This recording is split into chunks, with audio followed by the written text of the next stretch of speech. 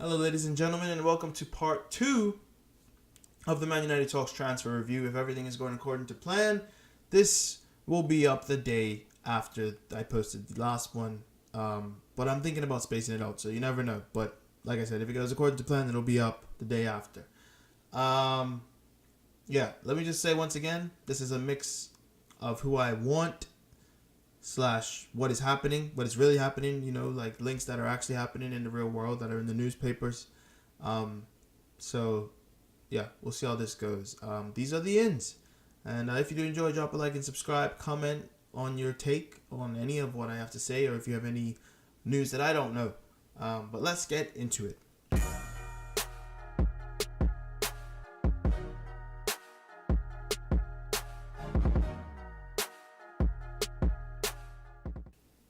Number 1 is Sergej Milinkovic-Savic, also known as SMS, because saying Sergej Milinkovic-Savic so many times gets a bit annoying. No disrespect to his family name, but dude, there's a lot. But he has been heavily linked for quite some time now, and things are heating up a bit more because Lazio do not have Champions League next season. But the biggest problem for me is simply the transfer fee. 75 million to 90 million is the conversation that we're having, which is just unbelievable. That's a joke. Seriously. You paid 90 million for Paul Pogba, right? And he's not the best player in the world. Paul Pogba's not the best player in the world. And 200 million for Neymar, who's not the best player in the world. And I don't even know if he will be one day. I'm going to be honest with you, because there are players coming about. I think Mbappe could possibly be the best player by the time Messi and Ronaldo decide to step off the stage. And a few other players. But, that's where I'm going with this. 75 to 90 million is ridiculous. But it could very well happen because it's in the newspapers everywhere. And it's been linked for a long time. But then again, we've been linked to Gareth Bale for the last, probably since he was born. So, that's that. On to the next one. We have Yaya Toure. Simply because this is personally for me a player that I think we should pursue. Simply because, one, he's out of contract. I know he's 35 years old, a year younger than Michael Carrick is this year. But we have a serious lack of experience and winning mentality in the dressing room. And he knows how to win. And he will offer something great. And he can play in cups. He could do that.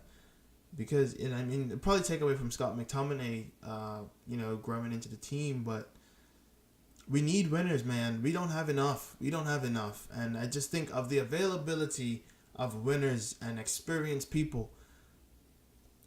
That's probably the best experience you're going to get. The biggest problem with this transfer is simply he's a Manchester City legend. Which isn't, doesn't entail much. Because there's not much to be a legend of Manchester City. Everyone who's in this team that has won the Premier League this season is probably considered a Manchester City legend.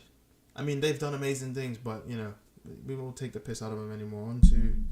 Yaya Toure is a Manchester City legend. He also was part of the Barcelona team that just dismissed us in the final of the Champions League some years ago. But simple, I just want him because of his experience and his winning mentality. That's all I have to say. On to the next one. Toby Alderweireld, the biggest rumor in recent weeks, especially heating up on a heat scale from not 1 to 10. He's probably a 9.8. This looks like it's almost positively happening tomorrow. Not really, but it's getting real serious now. I take him for sure, but the only problem I have is that we're gonna need to clear out. We're seriously gonna need to clear out because without Toby Alderweireld, we have Chris Smalling. Let's do this on fingers. Chris Smalling, Phil Jones, Eric Bailly, Marcus Rojo, Axel Tuanzebe, Daley Blind if he stays. It's just too much. It's just too many players. And I think Phil Jones should go for sure. But anything can happen. I don't really want Smalling to go.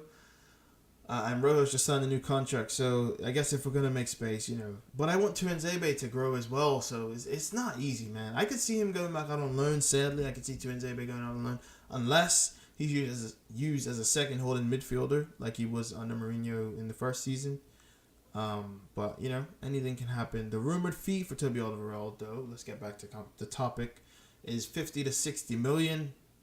And that's fair enough. He's one of the best centre halves in the league. He's 29 years old, in his prime. And let's get what probably is 2 years left of his prime. I'd be happy to take it. But I think the way things look for Luke Shaw, I think we should try to make a trade. Because, one, Spurs are stingy as hell, and they're going to try to soak us for all we're worth. But also, if Shaw's not going to stay, we should try to just throw him in there and get a trade. Why not, That's it for Toby. On to the next one. We're here to talk about another transfer, which has caught some fire. And dude, the last few transfers, apart from the Yaya, I've caught heat. But this is true. This is probably the hottest of them all in terms of seriousness. But Alderweireld has potential. This is Fred of Shakhtar Donetsk. I don't know how to pronounce that properly. Fred. We all know Fred because he's been linked to Manchester United, so his name's all over the world now. A player I have played with in FIFA several times. But I have seen him play in the Champions League. I have watched him before. I didn't take that much recollection of his performances because I didn't think he would ever come to Manchester United. But I have seen him play, full 90 minutes a couple times in the Champions League. And in recent weeks, obviously, I've been watching him on YouTube.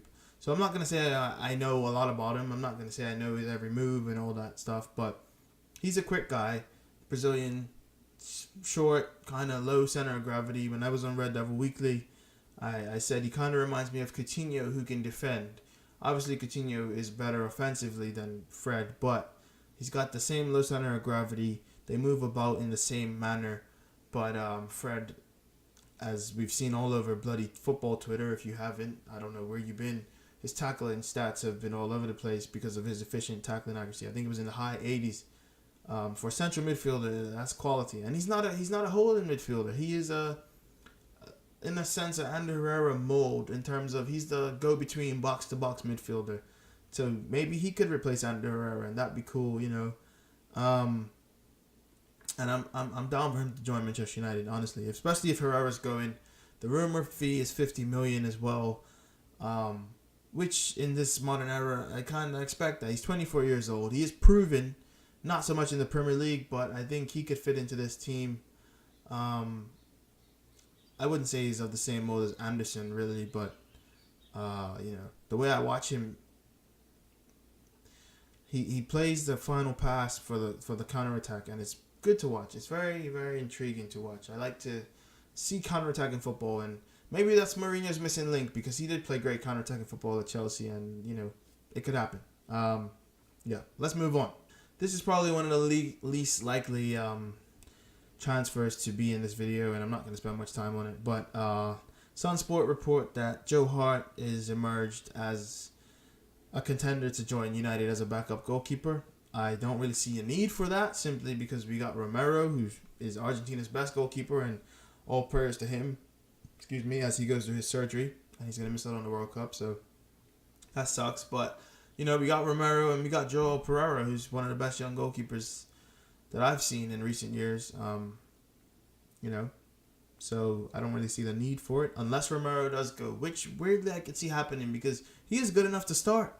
He really is good enough to start. By God, Liverpool could use him. After that Champions League final, Mignolet is not much greater either. Mignolet is probably a better shot stopper. He's not going to let in Gareth Bale's second goal, but he makes stupid mistakes as well. So, if he's good enough to start for Liverpool, And I'm not saying that disrespectfully. Liverpool are a top team. They finished in the top 4. But, I'm just saying Romero is good enough to start for someone. So, I wouldn't be surprised if he did leave. So, if that's the case, then bring in Joe Hart. Seriously. I don't hate him as much as people do. But, whatever. On to the next one. Spend too much time on this. There's nothing even into this. So, let's move on to the next one.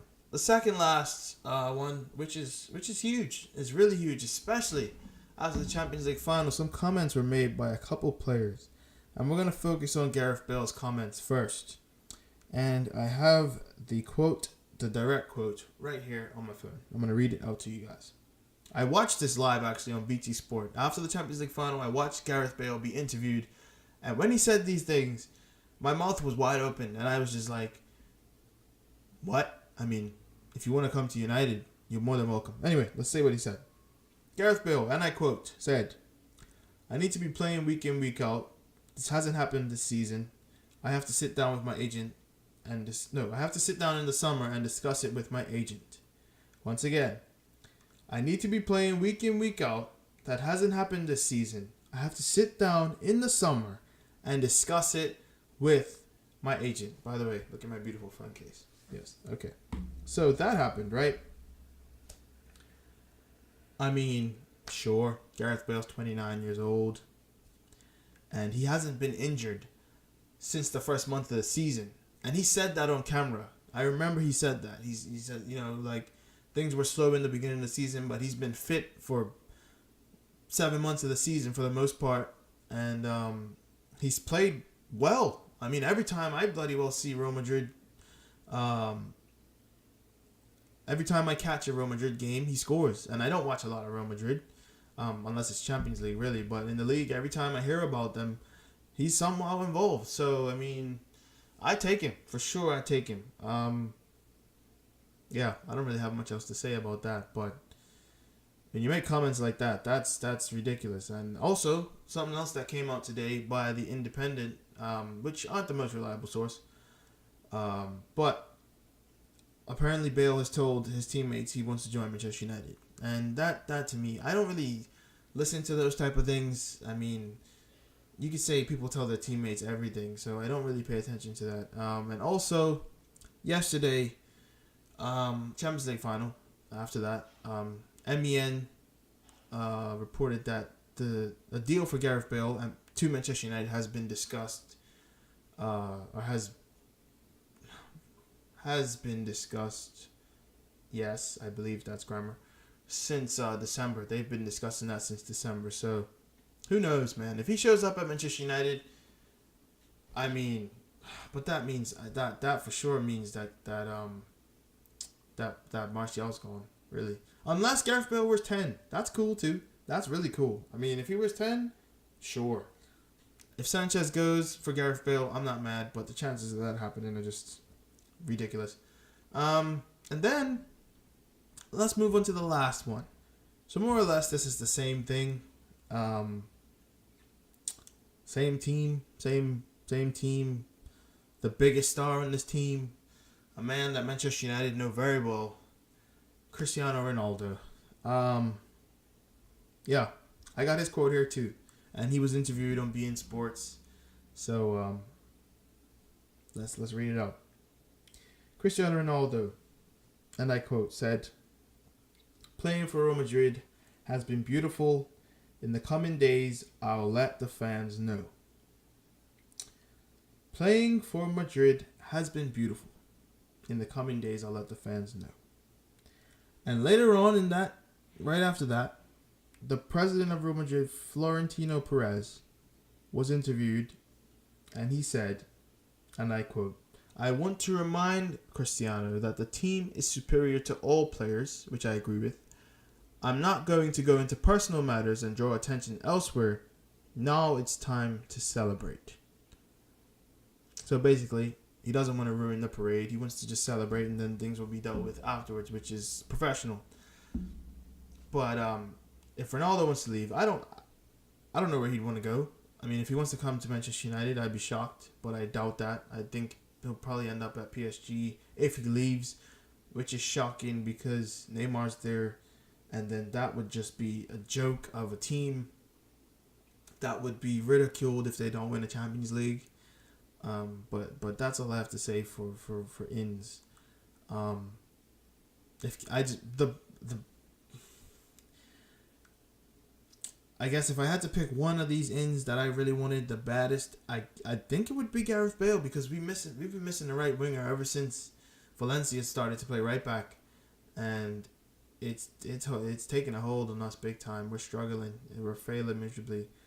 I love Almata to death, but he's not cutting it on the right wing. Gareth Bale can stay wide and create space, and that's what we need.